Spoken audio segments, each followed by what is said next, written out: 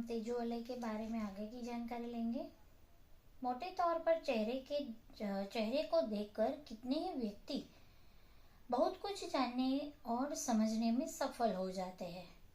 आकृति देखकर प्रकृति का अनुमान लगाने वाले सूक्ष्मदर्शी नाक, कान, आंख, मुंह आदि की बनावट को नहीं, वरन चेहरे के चारों ओर उमड़ते घुमड़ते तेजोवलय को ही परखते हैं और उसी के आधार पर व्यक्ति के आंतरिक व्यक्तित्व का प्रभाव एवं परिचय प्राप्त करते हैं। तेजोवलय का एक केंद्र चेहरे की ही तरह जननेंद्रिय क्षेत्र में छाया रहता है। इस क्षेत्र में प्रजनन संबंधी केंद्र होने से लय का प्रभाव यौन आकर्षण उत्पन्न करने वाला होता है। किशोर वय के भिन्न लिंग के बीच यह वलय ही अधिक उभार उत्पन्न करता है। समलिंगों की समीपता में वह तेजस उत्तेजित नहीं होता। कटी प्रदेश को सदा ढके रहने के पीछे यही आधार होता है कि समलिंगों का तेजोवलय भिन्न लिंगों के बीच अनावश्यक उभार न पैदा करे। साधु संतों महापुरुषों की माला, जनेऊ, खड़ाऊ, वस्त्र अथवा अन्य वस्तुएं उपहार आशीर्वाद स्वरूप पाकर लोग कृतार्थ हो जाते हैं। उनके प्रभाव से देर तक लाभान्वित होते रहते हैं। दीर्घकाल तक उनमें वह दिव्य प्रभाव बना रहता है। तेजोवलय मात्र प्रकाश ही नहीं, उसमें चुंबकत्व भी मिश्रित है, जो दुर्बलों को प्रभावित करता और सशक्तों से प्रभावित होता है। इससे आध्यात्म साधना के विभिन्न स्वरूपों को अपनाकर निश्चित ही बढ़ाया जा सकता है। सुपात्र योगी यही कर अपनी सामर्थ्य बढ़ाते हैं। हमारी जीव चेतना में प्राण की एक सीमित मात्रा भी भरी हुई है, जिसके द्वारा जीवन का दैनिक व्यापार चलता है। भौतिक सफलताओं एवं आध्यात्मिक विभूतियों की अतिरिक्त उपलब्धि के लिए हमें आंतरिक प्राण संपदा की मात्रा क्रमशः बढ़ानी पड़ती है और इसके लिए विराट ब्रह्मांड में विपुल परिमाण में संव्याप्त प्राण शक्ति से संबंध जोड़ना पड़ता है। ब्रह्मांड एक ऐसा विराट सागर है जिसमें प्राण तत्व हिलोरे ले रहा है। पिंड सत्ता, जीव सत्ता में समाहित प्राण तत्व को आत्माग्नि कहा जाता है और ब्रह्मांड में संव्याप्त प्राण को ब्रह्माग्नि। आत्माग्नि लघु है तो ब्रह्माग्नि विभु। ठीक इसी प्रकार आत्माग्नि में ब्रह्माग्नि का अनुदान सतत पहुंचते रहना आवश्यक है। जिस साधना प्रक्रिया द्वारा इस प्रयोजन की पूर्ति होती है उसे प्राणायाम कहते हैं। प्राणायाम अर्थात प्राण का आयाम जोड़ने की, प्राण तत्व संबंध की एक ऐसी प्रक्रिया जिसमें जीवात्मा का क्षुद्र प्राण विराट चेतना के महाप्राण से जुड़कर उसी के समतुल्य बन जाए। विराट चेतना से जुड़ने और पूर्णता प्राप्त करने का यही एक राजमार्ग है। यह तो डीप ब्रीदिंग अर्थात गहरी सांस लेने को आरोग्यवर्धक बताया गया है। इससे फेफड़ों को अधिक ऑक्सीजन मिलती है, जो स्वास्थ्य संतुलन एवं संवर्धन में सहायक सिद्ध होती है। पर अध्यात्म विज्ञान में जिस प्राणायाम की चर्चा की जाती है वह शरीर शास्त्रियों की प्रचलित डीप ब्रीथिंग से भिन्न होती है। गहरी सांस से अतिरिक्त ऑक्सीजन मिलने और स्वास्थ्य संवर्धन का मात्र शारीरिक स्थूल प्रयोजन पूरा होता है, पर यौगिक प्राणायामों में ब्रह्मांड व्यापी प्राण तत्व का असाधारण लाभ भी मिलता है। वस्तुतः प्राणायाम में सांस की गति में असामान्य व्यतिक्रम पर निर्धारित है।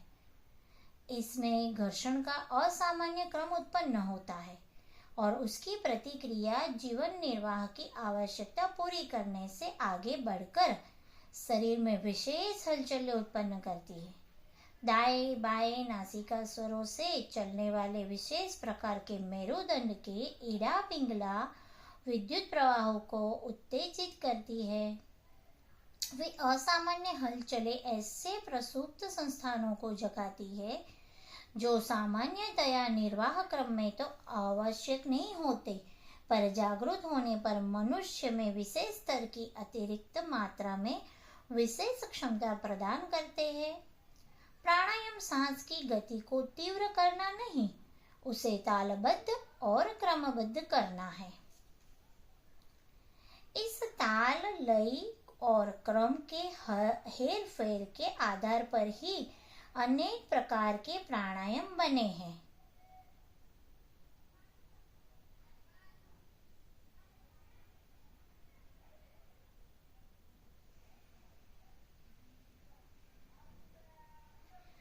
और उनके विविध प्रयोजनों के लिए विविध प्रकार के उपयोग होते हैं। प्राणायामों का विधान सरल भी है और कठिन भी। सरल प्राणायाम यह है कि गहरी सांस ली जाए और पूरे फेफड़े खाली करके उससे बाहर निकाला जाए। सांस खींचते समय विश्व प्राण को अपने भीतर प्रवेश करने और स्थिर होने की भावना की जाए, और निकालते समय भावना की जाए कि दुर्बलता, रुग्णता एवं अनैतिकता का के सभी तत्व निकलकर बाहर जा रहे हैं और वे फिर कभी लौटने वाले नहीं हैं। यह एक प्राणायाम हुआ। यह न्यूनतम 3 बार किया जाए और फिर प्रति सप्ताह उसे एक एक की संख्या में बढ़ाते चला जाए। स्मरण रहे, मात्र गहरी सांस लेना छोड़ना ही प्राणायाम नहीं है।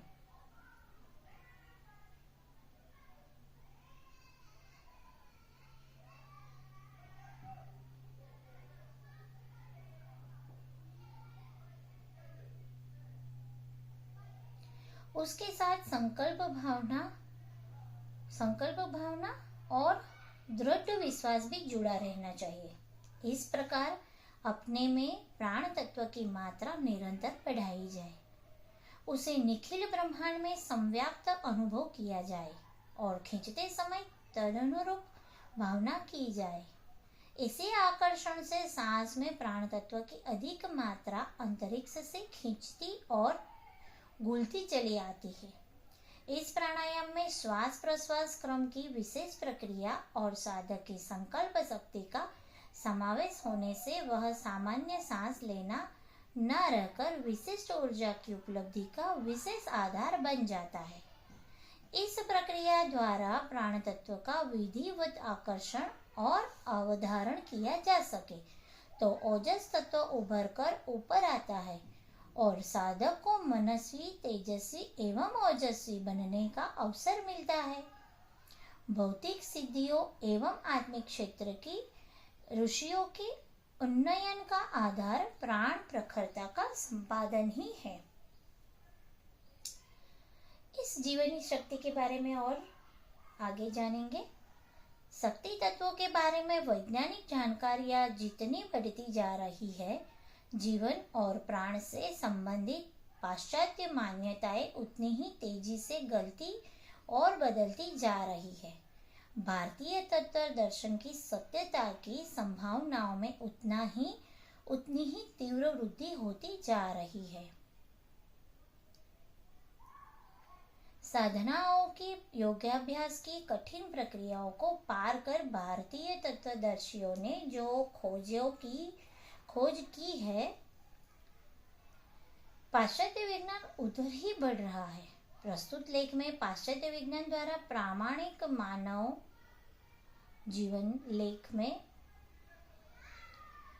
जीवन के विद्युत चुंबकीय स्वरूप का विश्लेषण प्रस्तुत किया जा रहा है, जिससे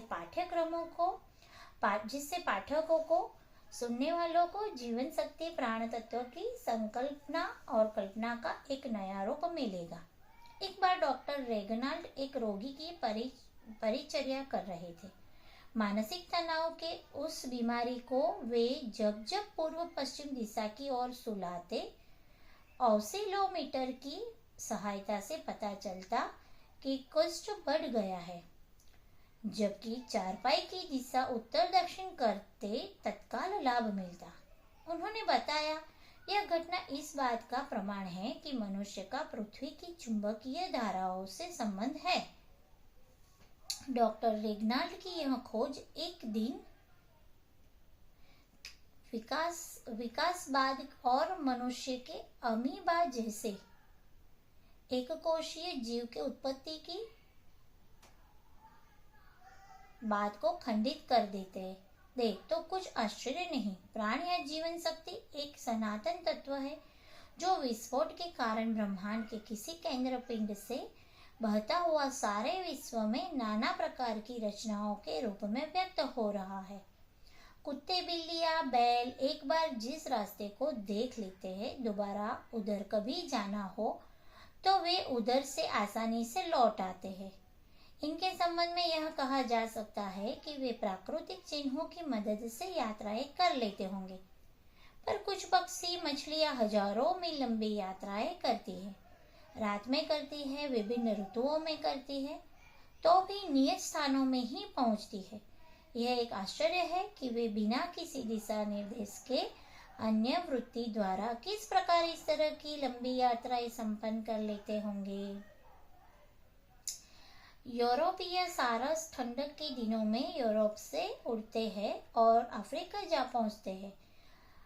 काले सिर वाले कौवे, हुडेड क्रो, अब विले 6000 मील की यात्राएं करके एक स्थान से दूसरे स्थानों तक पहुंच जाती है। उन्हें कोई दिशा ज्ञान न होने पर भी वे नियत स्थानों में कैसे पहुंच जाते हैं, यह आश्चर्य का विषय था। यात्राएं अधिकांश रात में होती है। तारों का कोई ज्ञान हो, पक्षियों के बारे में ऐसे भी कोई तथ्य प्रकट नहीं है, अतएव आश्चर्य होना स्वाभाविक ही है। जीवशास्त्रियों ने खोज की और पाया कि रहस्य कुछ भी हो, पर एक बात निश्चित रूप से साफ हो जाती है, वह यह है कि सभी पक्षी पृथ्वी की चुंबकीय रेखाओं के समांतर प्रवास करते हैं। प्रयोगों से यह बात और भी स्पष्ट हो जाती है। एक बार कुछ कौवों को पकड़कर उनके शरीर में कुछ चिन्ह बांध दिए गए।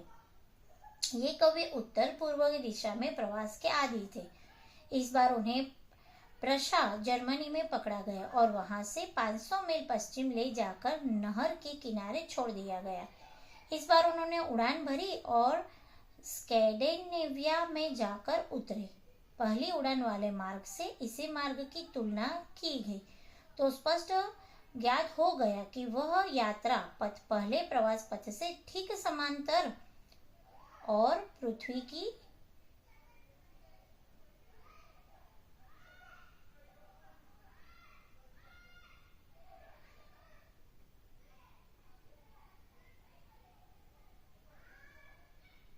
चुंबकीय रेखा के भी ठीक समांतर था। व्हेल और सालोमन मछलियों के प्रयोग से भी यह बात सामने आई और उससे एक बात पूर्ण स्पष्ट हो गई कि जीव जंतुओं का जीवन चुंबक शक्ति से प्रभावित और प्रेरित होता है। इन प्रयोगों में सीयर वाटर, जल में तैरने वाले पक्षी का उदाहरण सर्वाधिक आश्चर्यजनक था। इसे अटलांटिक महासागर के एक किनारे पर छोड़ा गया। वहां से वे 3050 मील लंबी यात्रा संपन्न कर स्कोर्बोन द्वीप के अपने निवास स्थान पर जा पहुंचे। जीव जगत चुंबकीय शक्ति से बहुत अधिक प्रभावित पाया जाता है। टरमाइन कीड़ा अपना घर ठीक पृथ्वी की चुंबकीय रेखाओं के समांतर बनाता है। पृथ्वी पर कभी चुंबकीय आंधियां आती है तो कभी दीपक चींटियां तक विक्षुब्ध हो उठती है। यहाँ तक कि जीव कोशों का सूत्र विभाजन भी अपनी प्रारंभिक और मध्य अवस्था में चुंबकीय शक्ति से प्रभावित होता है।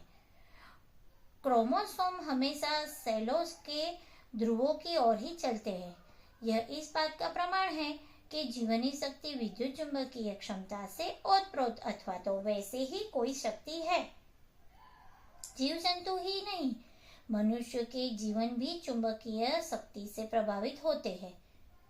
डॉक्टर रिचेन वेक ने अनेक लोगों पर उनके स्वप्नों का अध्ययन कर बताया कि पूर्व की ओर सिर और पश्चिम की ओर पैर करके सोने में बड़ी बेचैनी होती है।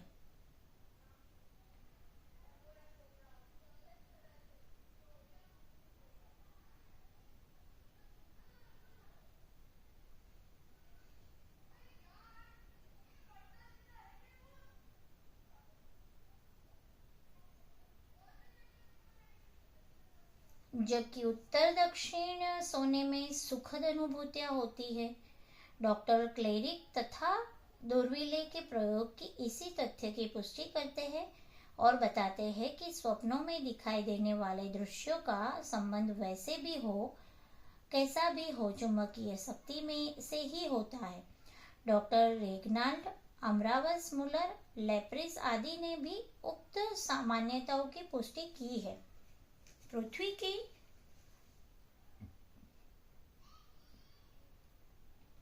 की चुंबक शक्ति के बारे में यद्यपि वैज्ञानिक अभिकल्पनाएं ही करते हैं और अनुमान लगाते हैं कि पृथ्वी के गर्भ में मैग्नेटाइट या फेरस ऑक्साइड की विशाल राशि संग्रहित है, उसी के फलस्वरूप पृथ्वी एक विशाल चुंबक की तरह काम करती है। मानवीय जीवन या जीव जंतुओं की चुंबकीय धाराओं से प्रभावित होने के कारण उनके शरीर में लोहयुक्त हीमोग्लोबिन का होना बताते हैं, पर वस्तुतः यह दोनों ही कारण सूर्य के प्रकाश कणों की विद्युत चुंबकत्व के कारण है। पृथ्वी के चुंबक बनाने का काम सूर्य करता है। पिछले एक लेख में ध्रुव प्रभा ने निर्माण की व्याख्या करते समय बात प्रकट हुई है। अखंड ज्योति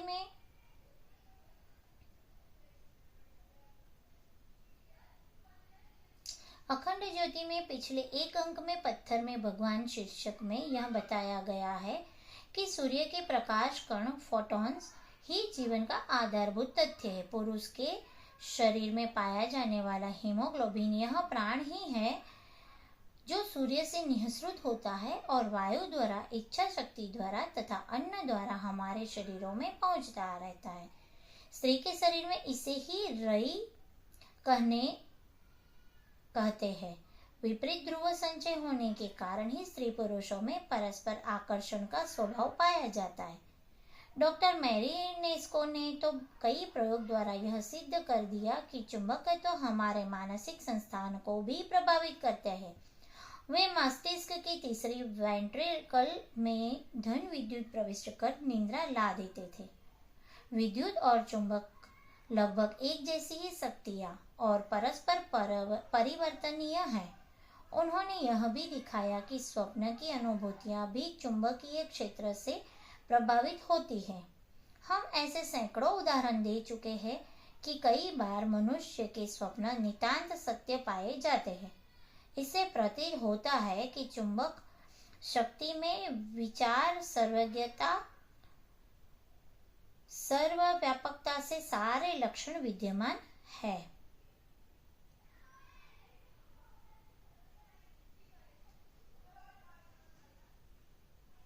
यदि ऐसा ही है तो ध्रुव प्रभावों, ऑरोरल लाइट द्वारा जीवात्मा के ऊर्ध्व या अधोगामी लोकों में प्रस्थान की भारतीय मान्यताएं भी गलत नहीं होनी चाहिए। पुराणों में भी वर्णन आता है।